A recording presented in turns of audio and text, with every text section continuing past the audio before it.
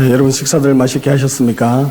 피곤하고 나른한 오후 시간인데도 이 자리에 나와서 하나님을 찾고 구하는 복된 인생 되게 하신 하나님께 영광 돌려드리기를 원합니다. 오늘서 옆에 있는 형제자매들 이렇게 인사하십시다. 사랑하고 축복합니다. 사랑하고 축복합니다. 하나님께서 사람을 무엇으로 만드셨죠? 네, 흙으로 만드셨죠. 그래서 사람이 흙으로 만들어진 증거가 무엇이냐라고 물어본다면 그것은 사람이 열을 받으면 이렇게 굳어진다는 겁니다. 신경질나고 화가 나면 몸이 굳어진다는 것이죠. 오늘 여러분 몸이 굳는 시간이 아니라 정말로 주님이 주시는 그 사랑으로 녹아지는 시간 되시기를 간절히 바랍니다. 이 땅에서의 최고의 축복은 하나님의 사랑을 우리가 누리며 살아가는 것인 줄 믿습니다. 나를 사랑하시는 하나님의 사랑이 내게서 떠나지 않고 내가 그 사랑을 잊지 않고 사는 이것이야말로 가장 큰 복이고 행복인 줄 믿습니다. 오늘 본문은 우리가 서로 사랑해야 될 이유에 대해서 말씀하고 있습니다. 우리가 왜 어떻게 사랑할 수 있을까요? 우리 스스로 노력해보고 사랑한다 화이팅도 해보고 잘 되던가요? 번번이 실패하고 넘어지고 잘 되지 않는 것이 우리의 인생인지 너무나 잘 알지 않습니까? 사랑하겠다 결단하고 또 노력해봤습니다만 여전히 미워하고 여전히 싫어하고 여전히 내가 원치 않은 존재들은 이렇게 담을 쌓고 있는 그러한 우리의 모습들을 얼마나 많이 보게 됩니까? 그런데 오늘 우리 본문은 서로 사랑해야 한다라고 말씀하고 있습니다. 그러면서 우리가 사랑해야 될 이유들에 대해서 말씀하고 있는데요. 오늘 거기에 대해서 몇 가지 좀 살펴보고자 합니다. 첫째로 왜 우리가 사랑해야 하는가? 바로 심판날에 담대할 수 있기 때문입니다. 심판날에 어떻게 할 수 있다고요? 담대할 수 있다는 겁니다. 자, 우리 17절 18절 말씀인데요. 다 같이 한번 읽어보도록 하겠습니다. 17절 18절 시작. 이로써 사랑이 우리에게 온전히 이루어진 것은 우리로 담대함을 가지게 하려 함이니 주께서 그러하신가 같이 우리도 이 세상에서 그러하니라. 사랑 안에 두려움이 없고 온전한 사랑이 두려움을 내쫓나니 두려움에는 행벌이 있음이라. 두려워하는 자는 사랑 안에서 온전히 이루지 못하였느니라. 아멘. 자, 마지막 날 우리가 심판대 앞에 설 줄 여러분 믿으십니까? 아멘. 이걸 믿지 못하면 우리는 구원을 받을 수 없는 것이죠. 우리는 반드시 어디 앞에 서게 됩니까? 하나님의 심판대 앞에 서게 됩니다. 그것이 오늘 우리 본문에 말씀하고 있습니다. 우리로 심판날에 담대함을 가지게 하기 위해서 우리가 어떻게 해야 됩니까? 사랑해야 한다라고 말씀하고 있습니다. 자, 성경이 분명히 우리에게 말씀하고 있죠.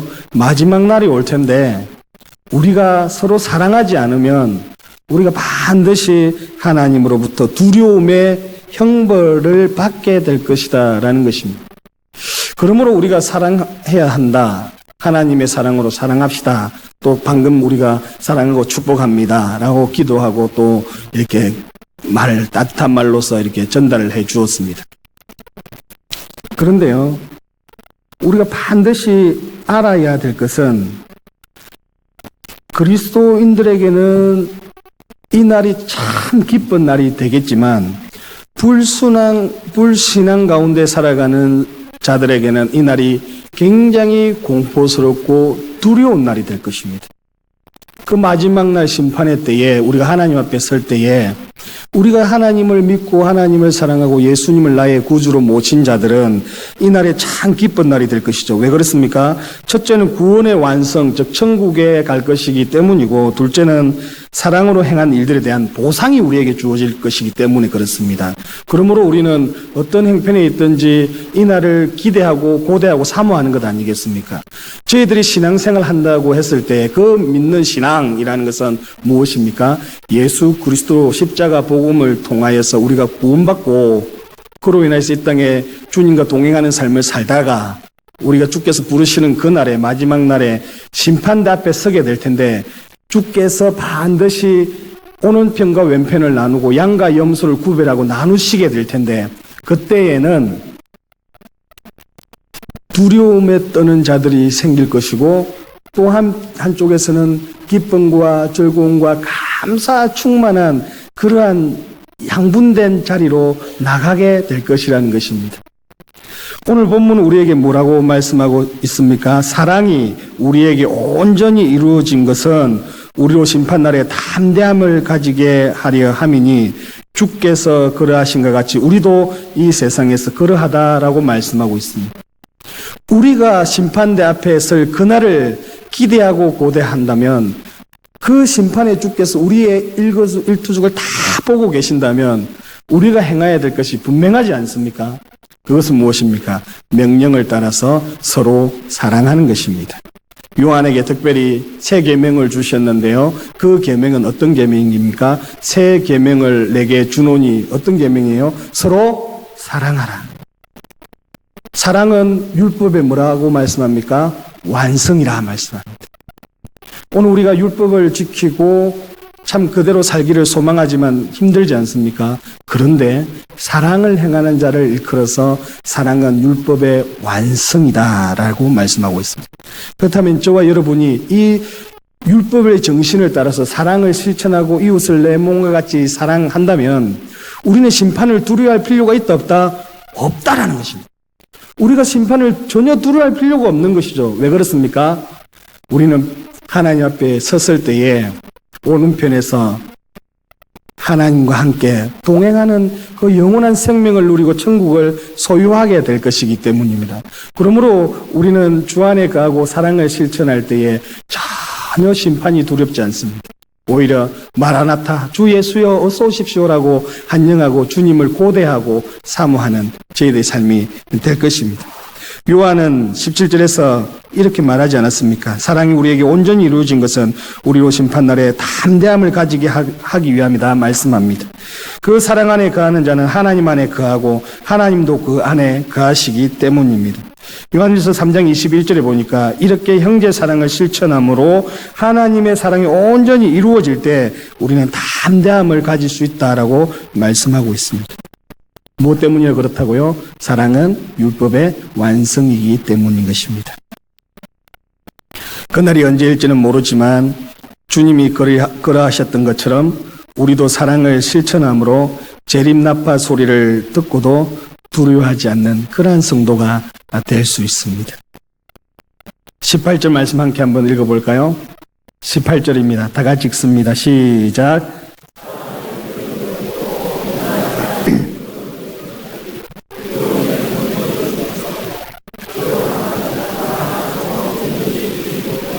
아멘. 자, 오늘 본문에 보니까 두 단어를 대조시키고 있습니다. 두려움이 없는 자와 두려워하는 자로 이렇게 나누어지고 있는데요. 앞절에서는 사도 요한은 사랑 안에 담대함이 있다고 했습니다. 사랑을 하면은 두려울 것이 없다라고 말씀했습니다.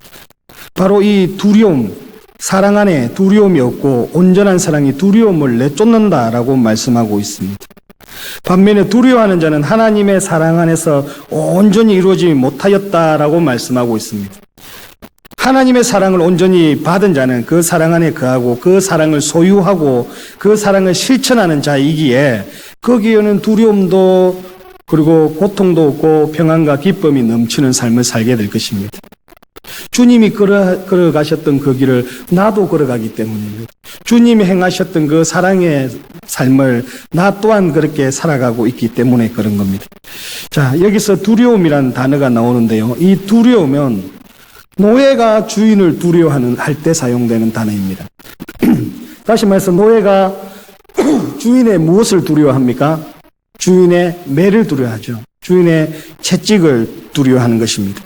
자, 노예 제도 하에 여러분 사극 드라마를 볼 때에 이 노예들이 열심히 정말 힘들게 일만 하지 않습니까? 그런 가운데 노예의 인권이라고는 조금 더 존재하지 않습니다. 노예들은 짐짝과 같은 그러한 처분이 가능한 존재, 인격이 없는 그러한 존재 아니겠습니까? 정말 비참하기 그저없는 그러한 존재입니다. 이 종들은 항상 주인의 매를 두려워합니다. 그렇지 않습니까? 만약에 주인이 매를 들지 않는다면 어느 누가 이 주인을 위해서 충성봉사하겠습니까? 노예 제도 하에서는 매를 드는 것에 대해서 아무도 타치하고 있지 않기 때문에 그 사람들은, 노예들은 짐승과 같고 자신의 물건과 같은 존재들이기에 매를 대는 것에 대해서 아무도 타치할 수가 없는 것입니다. 그래서 이 노예들이 주인의 그 채찍과 매를 두려워함으로 최선을 다해서 섬기는 것 아니겠습니까? 하나님의 자녀된 우리에게 이런 두려움이 있어야 되겠습니까? 하나님의 자녀에게는 이런 두려움이 없다라고 말씀하고 있습니다. 왜 없죠? 하나님이 온전히 우리를 품어주실 것이기 때문입니다. 그 사랑의 주님께로 우리가 나아갈 때에 그 주께서 우리를 품어주시기 때문인 것입니다. 그러나 두려움이 있는 자는 어떤 자입니까? 하나님의 사랑 안에 거하지 않는 자입니다. 다시 말해서 불신자를 의미하는 겁니다. 하나님을 사랑하지 않는 그 자는 하나님의 사랑을 받을 수 없기에 늘 불안하고 늘 두렵고 늘 공포 가운데 거하게 되는 것입니다. 그런데 하나님의 자녀가 된 우리에게는 더 이상 두려움이 없습니다. 제가 어렸을 때 아주 무서운 담임 목사님이 계셨습니다. 정말 같이 식사를 하면 막 두려워서 손가락에 손이 막 덜덜덜 떨릴 정도로 담임 목사님이 너무 어렸을 때 무서웠습니다. 그래서 초등학교 때 담임 목사 옆에 앉으면 딱 경직돼 버려서 한마디도 할 수 없는, 한마디 하려가도 기침이 나오고 목에 막혀서 그렇게 말을 할 수 없을 정도였습니다. 왜 그럴까요? 제가 그분에 대한 사랑이 부족했기 때문에 그럴 수도 있겠지만, 그분에 대해서 잘 모르기 때문에 인격적으로 어떤 분이시고 그래서 그런 것 아니겠습니까? 그런데 우리는 그 담임 목사님과 함께 자리에 앉는 것도 두려워하고 밥 먹는 것도 들들들 떨릴 정도인데, 그런데 그분의 자녀들, 그의 아들과 딸들은 스스럼 없이 아빠한테 가가지고 장난도 치고 아빠 돈 내놔라, 용돈 내놓으세요 이렇게 하더라는 겁니다. 왜 그렇죠? 두려움이 없기 때문에 그렇습니다. 왜 두려움이 없는 거죠? 사랑하니까. 우리는 담임 목사님이 두렵고 힘들고 참 부담이 되지만 이 자녀들은 전혀 그렇지 않습니다. 달려가서 안기고 아빠에게 애교 부리고 그러면 아빠가 좋아서 용돈도 주고 이렇게 하는 것을 보았습니다. 그것이 사랑하는 것과, 물론 우리가 사랑하는, 존경하지만 사랑하지 않는 것의 차이 아니겠습니까? 사랑은 모든 허물을 덮어주는 겁니다. 가족끼리는 뭐든지 용서해 주는 것 아닙니까? 특별히 부모님의 사랑이 더욱더 그러하지 않습니까? 그래서 부모님이 여러분들 잘못이 있을 때도 이해해 주고 용서해 주니까 어떻습니까? 여러분 마음껏 이야기하고 비밀스러운 것도 이야기하고, 특별히 엄마에게 오늘 하루에 있었던 것들을 막 수다를 떨고 그렇게 하지 않습니까? 우리 딸도 보면은 아빠한테는 잘 이야기하지 않는데 엄마한테는 가가지고 학교에서 있었던 이야기를 막 주저리 이렇게 이야기를 한단 말입니다. 왜 그렇죠? 그것이 사랑과 사랑의 넓이와 깊이의 차이 아니겠습니까? 여러분 두렵습니까? 하나님 만날 것을 생각하면 두렵습니까? 공포가 있습니까? 하나님 안 만나기를 기대합니까? 하나님 오지 마십시오. 좀 더 있다가 오십시오. 이런 분 계십니까? 내가 하나님을 얼마나 사랑하는지를 다시 한번 점검해 보셔야 합니다. 하나님 우리를 사랑으로 불러주셨습니다. 그 사랑은 자기의 아들 독생자 예수 그리스도를 주기까지 우리를 사랑하신 그 사랑입니다. 그런데 우리의 사랑이 어느 정도에 위치해 있고 내가 하나님을 얼마나 사랑하는가를 평가하는 것은 두려움이 나에게 있는가, 하나님을 생각했을 때에 내가 하나님 어떻게 반응하는가, 그분만 생각하면 눈물 나고 너무 좋고 행복하여서 하나님 안에 머물기를 기뻐하는 그런 우리의 삶이 되어야 되지 않겠습니까? 사랑한다면 두려움이 떠나는 것입니다. 사랑하면은 어둠이, 공포가 사라지는 것입니다. 이제 더 이상 우리가 두려워하지 않기를 바랍니다. 사랑 안에 있는 우리는 심판과 책망을 기다리지 않습니다. 사랑 안에 있는 우리는 심판자이신 주님과 주님의 그 칭찬과 상을 기다리고 있는 것입니다.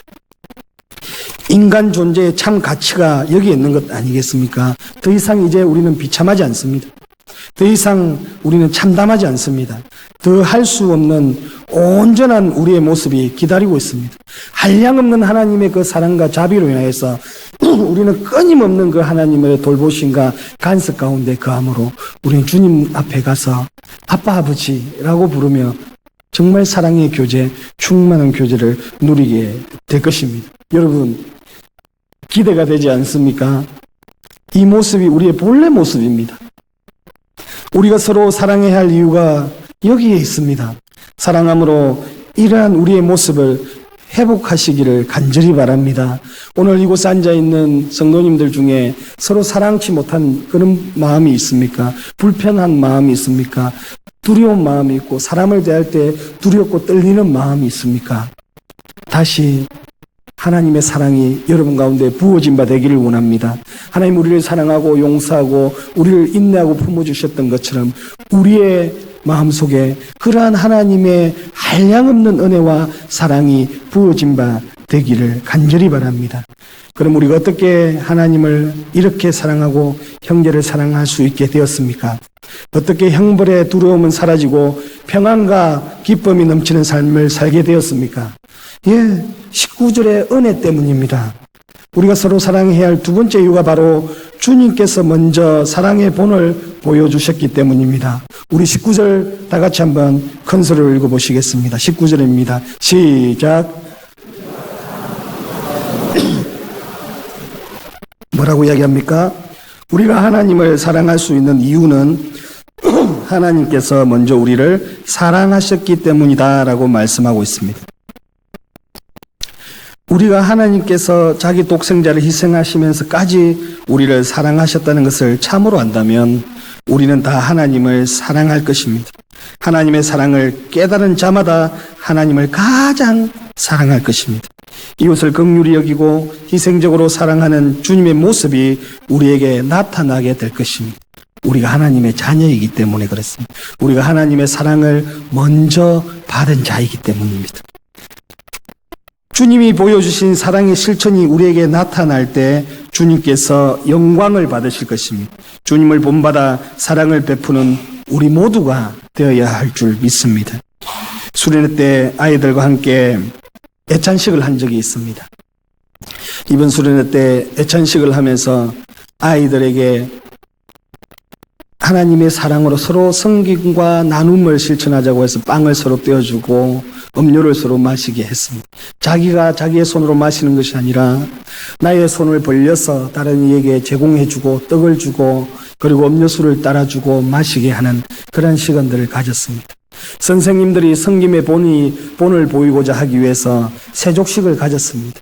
그래서 아이들의 발을 어루만지고 아이들의 발을 씻으면서 하나님이 예수 그리스도를 통하여서 우리를 이처럼 사랑하였던 것처럼 예수님이 제자들의 발을 씻기고 예수님께서 그 제자들을 사랑으로 섬겼던 것처럼 오늘 저와 여러분이 그러한 사랑의 본을 보여주신 예수님의 사랑의 본을 따라서 우리가 발을 씻기는 그러한 존재가 되어야 되지 않겠습니까? 오늘 옆에 있는 우리 형제자매를 한번 바라보십시다.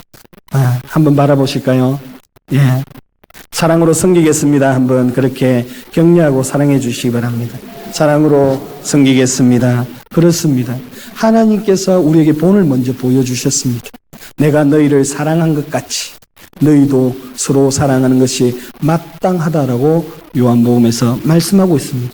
오늘 요한 1서도 요한이 기록했기에 그 예수님의 사랑, 세족식 때 받았던 그 충격적인 하나님이신 그분이, 스승이신 그분이 제자들의 발을 씻기는 그 충격적인 사건을 기록하면서 오늘 동일하게 하나님이 우리에게 먼저 사랑의 본을 보여주셨습니다 라고 말하면서 여러분들도 그러므로 사랑해야 합니다 라고 우리에게 말씀하고 있다라는 것입니다. 이웃을 긍휼히 여기고 희생적으로 사랑하는 그 주님의 사랑이 여러분 가운데 부어진 바 되기를 간절히 바랍니다. 세 번째로 우리가 서로 사랑해야 하는 이유가 무엇입니까? 세 번째 우리 다 같이 한번 제목을 한번 읽어볼까요? 다 같이 읽습니다. 시작. 형제가 이웃을 사랑하지 않으면 거짓말하는 것이 되기 때문입니다. 그렇습니다. 20절 말씀 함께 한번 읽어볼까요? 시작. 누구든지 하나님을 사랑하노라 하고 그 형제를 미워하면 이는 거짓말하는 자니 보는 바 그 형제를 사랑하지 아니하는 자는 보지 못하는 바 하나님을 사랑할 수 없느니라. 아멘. 여러분 모두가 하나님 사랑하는 줄 믿습니다. 여러분 모두가 하나님을 너무너무 사랑하는 줄 믿습니다. 그러므로 오늘 이곳에 그 하나님의 사랑을 표현하기 위해서 이 자리에 놓으신 줄 믿습니다. 그런데 우리가 보이지 않는 하나님도 이렇게 사랑하고 이렇게 지극정성으로 예배드리고 최선을 다해서 신앙생활 하는데 어찌 보이는 형제를 향하여서 사랑하지 않느냐라고 반문하고 계십니다.